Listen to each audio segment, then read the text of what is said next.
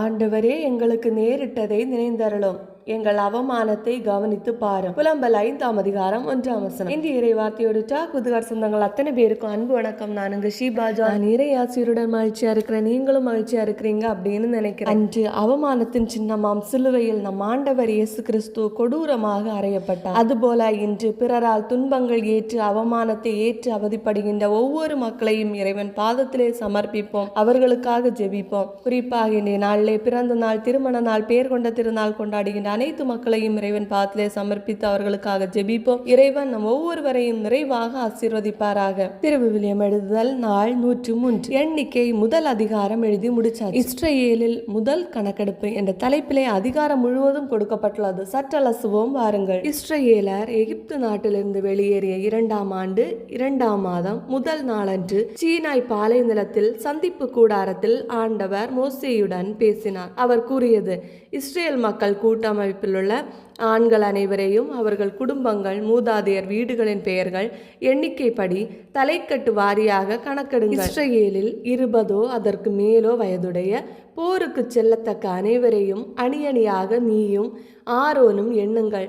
ஒவ்வொரு குலத்திலிருந்தும் ஒருவன் உங்களோடு இருப்பான். அவன் தன் மூதாதையரின் வீட்டு தலைவனாக இருக்க வேண்டும். உங்களுக்கு துணை நிற்க வேண்டியவர்களின் பெயர்களாவன. ரூபன் குலத்திலிருந்து எலிட்சோர், இவன் செதேயூர் மகன். சிமியோன் குலத்திலிருந்து செலுமியேல், இவன் சுரிசத்தாய் மகன்.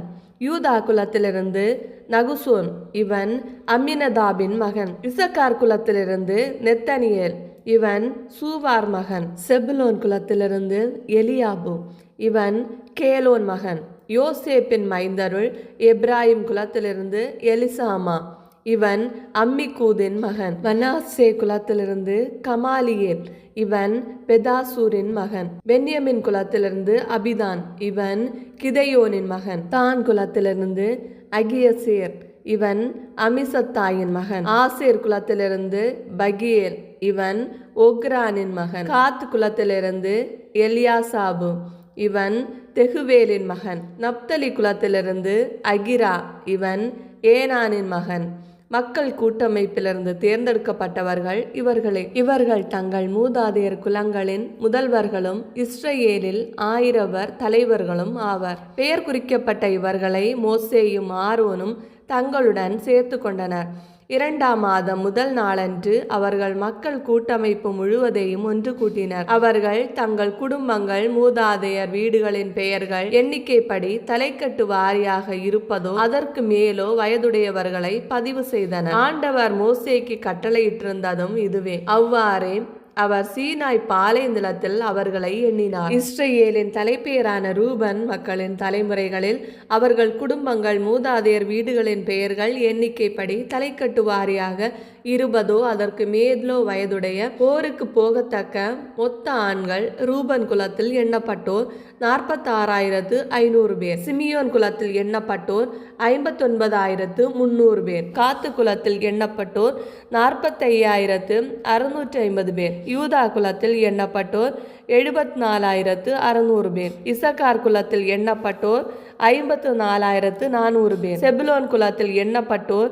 57,400 பேர். எப்ராஹிம் குலத்தில் எண்ணப்பட்டோர் 46,500 பேர். மனாசே குலத்தில் எண்ணப்பட்டோர் 32,200 பேர். பென்யமின் மக்களின் குலத்தில் எண்ணப்பட்டோர் 35,400 பேர். தான் குலத்தில் எண்ணப்பட்டோர் 62,700 பேர். ஆசேர் குலத்தில் எண்ணப்பட்டோர் 41,500 பேர். நப்தலி குலத்தில் எண்ணப்பட்டோர் 53,400 பேர். மூதாதையர் ஒவ்வொருவரின் வீட்டு முதல்வர்களான தலைவர் 12 துணையுடன் மோசேயாலும் ஆரோனாலும் எண்ணப்பட்டவர்கள் இவர்களே. ஆக மொத்தம் இஸ்ரேலில் மூதாதையர் வீடுகள் வாரியாக 20 வயதுக்கும் அதற்கு மேலும் போருக்கு போகத்தக்கவர்களாக எண்ணப்பட்ட இஸ்ரேல் மக்களின் எண்ணிக்கை மொத்தம் எண்ணப்பட்டோர் 6,03,550 பேர்.